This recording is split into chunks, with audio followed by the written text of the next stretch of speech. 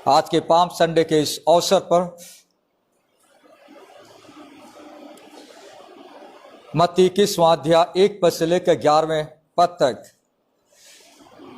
मैं आपको अपने साथ लेकर जाना चाहूंगा। मत्ती रचित सुसमाचार 21वां अध्याय जो है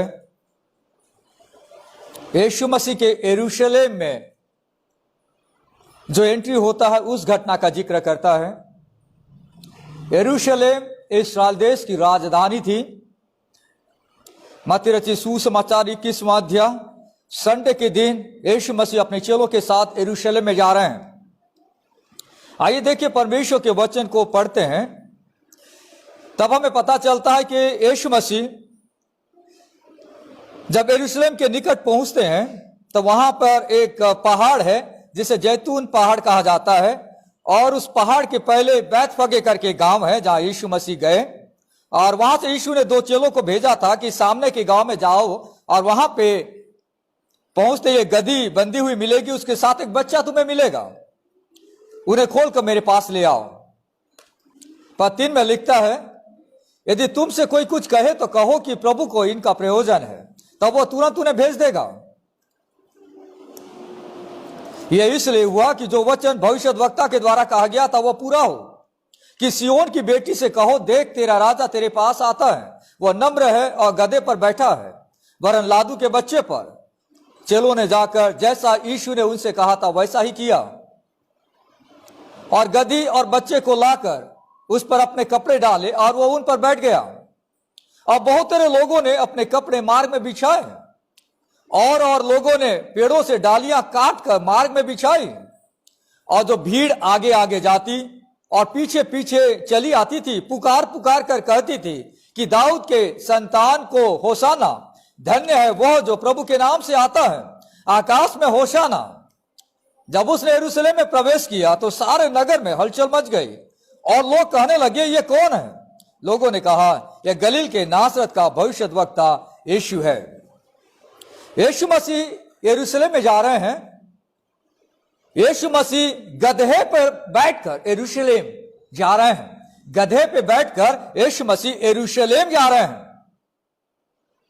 उसकी तैयारी के लिए यीशु ने अपने 2 चेलों को भेजा था कि सामने के गांव में जाओ, जब आप उस गांव में पहुंचोगे तो एक गधी मिलेगी, बंधी हुई मिलेगी, और उसके साथ उसका बच्चा होगा, उन्हें खोलकर मेरे पास ले आओ।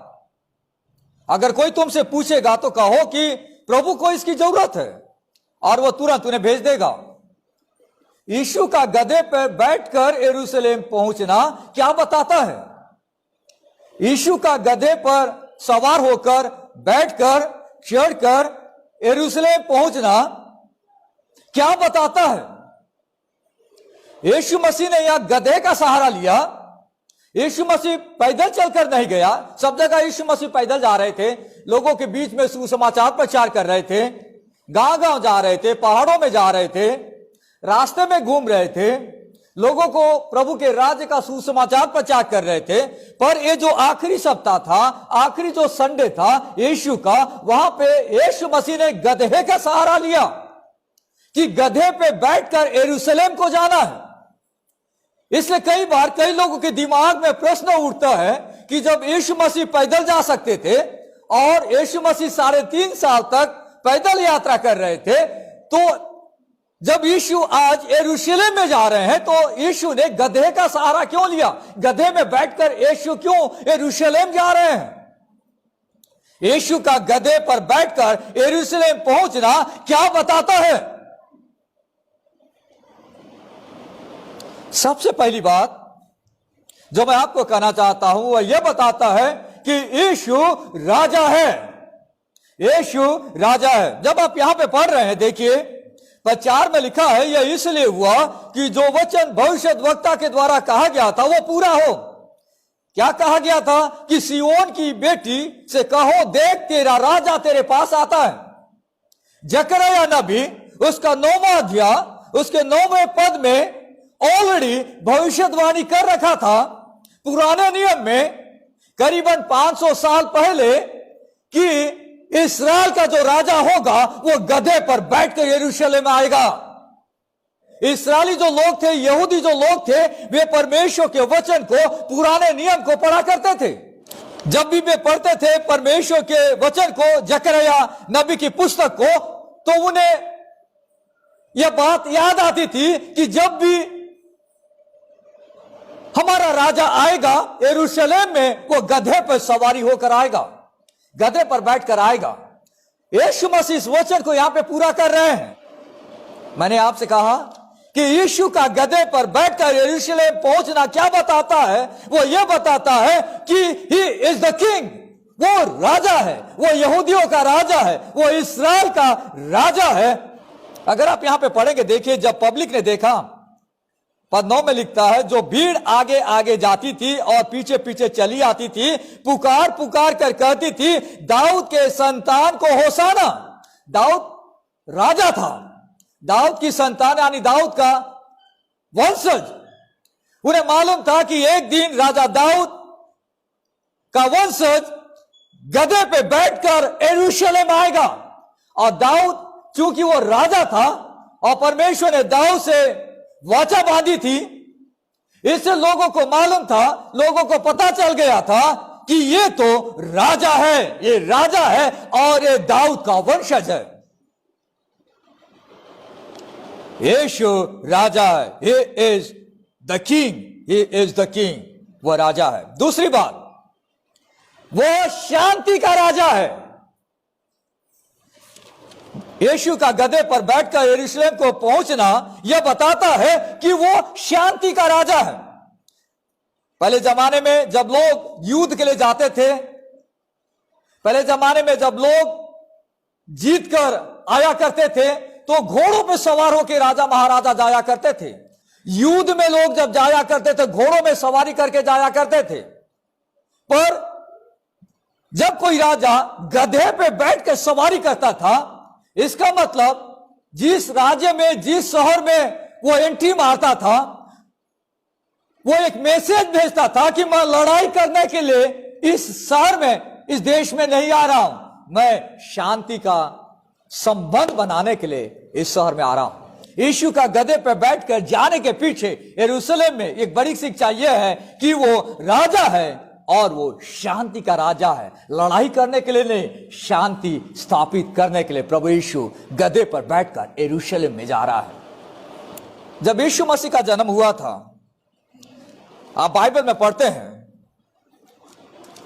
गडरिये भेड़ों को चरा रहे थे। लूका रचित सुसमाचार उसका 2 अध्याय। कई गडरिये अपने झुंड का पहरा दे रहे थे। पद 13 में लिखा है, तब एकाएक उस स्वर्गदूत के साथ स्वर्गदूतों का दल परमेश्वर की स्तुति करते हुए और यह कहते दिखाई दिया, आकाश में परमेश्वर की महिमा और पृथ्वी पर उन मनुष्यों में जिनसे वो प्रसन्न है शांति हो। जब यीशु का जन्म हुआ तो वह शांति को लेकर इस धरती पर आया। और आज जब यीशु मसीह यरूशलेम में प्रवेश करने जा रहे हैं, शांति का राजा बनकर यरूशलेम में जा रहे हैं। लिखा 6 में, चेलों ने जाकर जैसा यीशु ने उनसे कहा था वैसा ही किया और गदही और बच्चे को लेकर आए और उस पर अपने कपड़े को डाले और वो उन पर बैठ गया। और बहुत सारे लोगों ने अपने कपड़े मार्ग में बिछाए।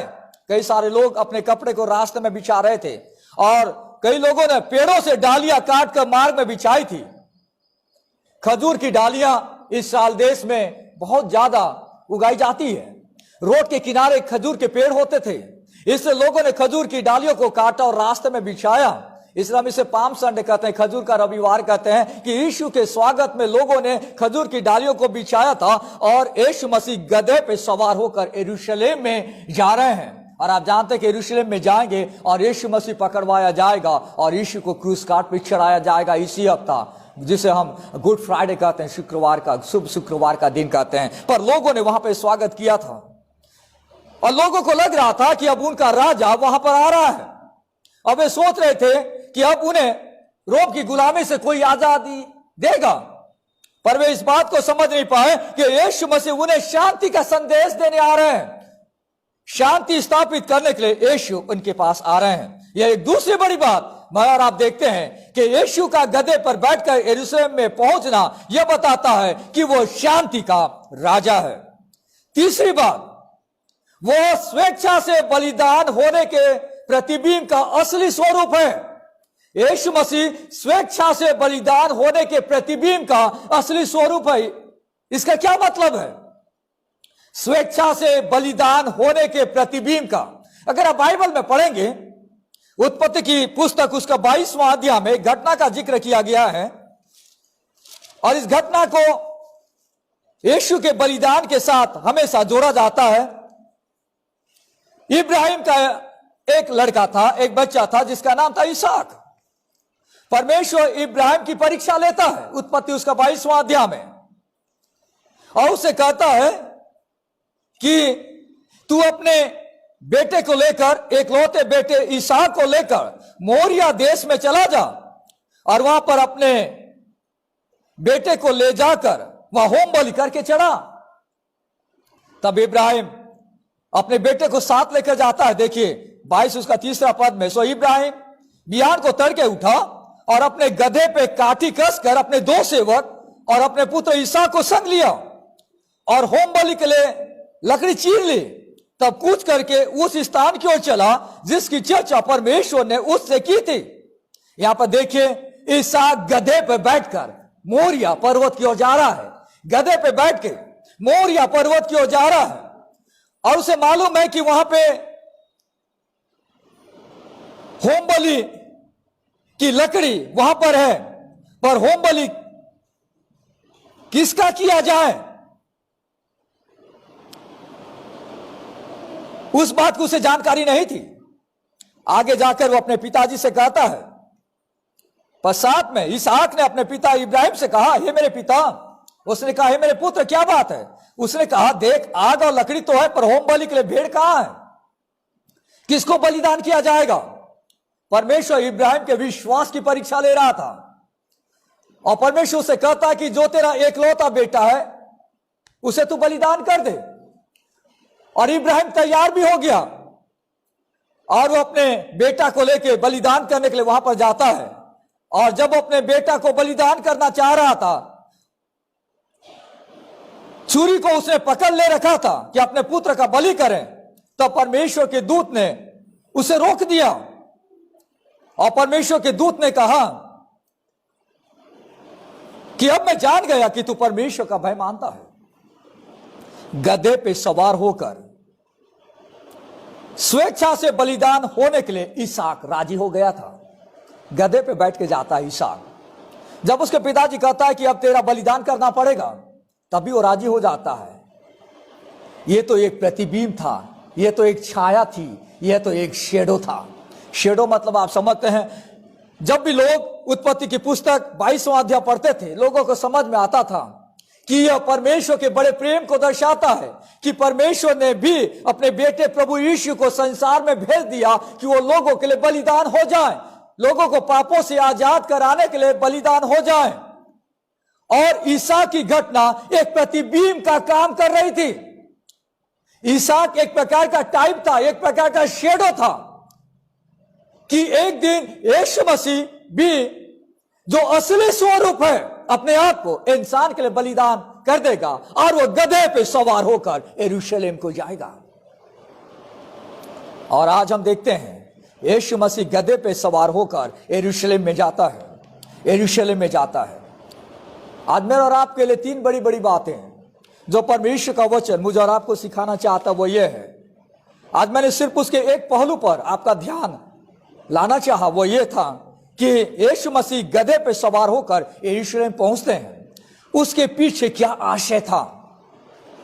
यीशु का गधे पर सवार होकर, गधे पर बैठकर यरूशलेम पहुंचना यह बताता है कि वो राजा है, ही इज द किंग, वो शांति का राजा है। किंग हु ब्रिंग्स पीस, जो शांति देता है। और वो स्वेच्छा से बलिदान होने के प्रतिबिंब का असली स्वरूप है, रियलिटी है, वास्तविकता है, जो यीशु मसीह ने अपने बलिदान के द्वारा स्वेच्छा से मरने के लिए खुद अपने जीवन को उसने समर्पित कर दिया कि वो यरूशलेम में जाएगा और वो लोगों के पापों के लिए बलिदान हो जाएगा। मेरा और आपका परमेश्वर राजाओं का राजा, प्रभुओं का प्रभु है।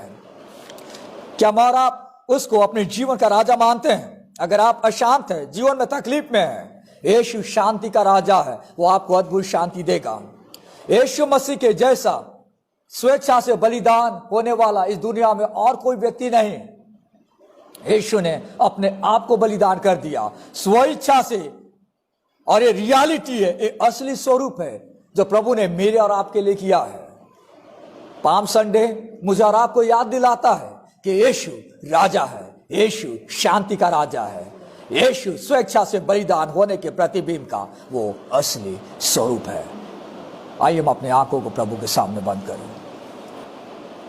प्रभु आप नम्र बनकर यरूशलेम में आए, गधे पर बैठकर प्रभु आपने यह मैसेज दिया कि आप राजा हैं, आप शांति का राजा हैं